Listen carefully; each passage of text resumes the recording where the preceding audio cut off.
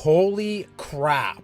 A bombshell report coming via Adrian Wojnarowski and Ramona Shelbourne. And no doubt, the source leak for this story was the festering turd, preeminent LeBron James hype man, agent, bestie, and general jock sniffer Rich Paul, who also rode those LBJ coattails from the obscurity of selling jerseys out of the trunk of his car to helming one of the most lucrative and powerful sports agencies on the globe.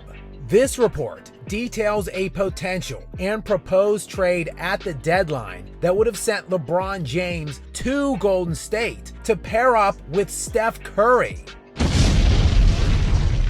The two lead dogs of this 2010 era, for whatever that designation is worth, have combined to win 8 of the last 12 NBA championships, which included playing each other head-to-head in 4 of them. And now, with both in their mid to late 30s, each are looking to put together one final charge to get that coveted 5th title and propel themselves to the next tier of that GOAT hierarchy level. But it hasn't been going too well for either thus far this season, as they are both currently occupying just the 9th and 10th spots in the Western Conference. Of course, the final 2 slots of that all-important play-in tournament. Whatever that thing is, whoever came up with that need to be fired.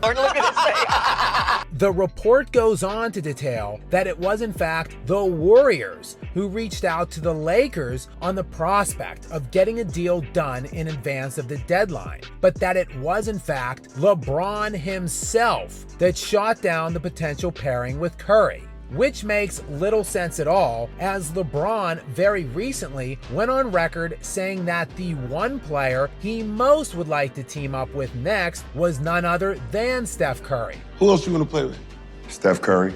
We have also been made more than aware over the years that this scumbag has absolutely no sense of loyalty, dignity, or general competitive vigor, and is abundantly prepared to stab any team, fan base, and player in the back for the betterment of his own personal situation and ability to enhance his already grossly inflated legacy. These pieces are simply not adding up here, unless LeBron does not believe Steph can help him. I find this difficult to believe, since Curry is still balling right now, dropping a line of 28 points, 5 assists, and 4.5 rebounds per game, and still doing general ludicrous things at the moment, like the 60-piece he laid down earlier this month, and the game winner he dropped just a few days ago.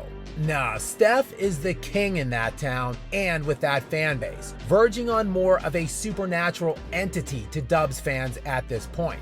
And LeBron already miscalculated his own individual popularity once when he slithered into Tinseltown and thought he was going to take over Kobe's city. We were just witness to the petulant fraud king's ill will and animosity that he is still harboring for the Black Mamba when he pathetically skipped Kobe's statue ceremony recently. Bron has built a career on using other players, riding their coattails to titles, taking all the credit in wins, and scapegoating them in losses. And I want my damn respect too. James knows he will be unwilling to deploy this tactic on Curry in the Bay Area. A pairing makes little sense at this point for LeBron, as he doesn't realistically even need any more rings since his sycophantic rats in the mass media and his ignorant horde of attack dog fans have already somehow diminished the importance of winning as it pertains to one's legacy.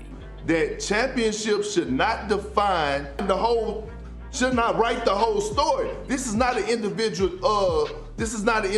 sport. LeBron can now go about shifting his attention to making some deep playoff run on the strength of his underrated talent that he has been dragging down thus far in the regular season, while the Lakers can continue their quest this offseason of finding their next useful idiot to come in and help the expansion of the legacy of the most overrated athlete in professional sports history.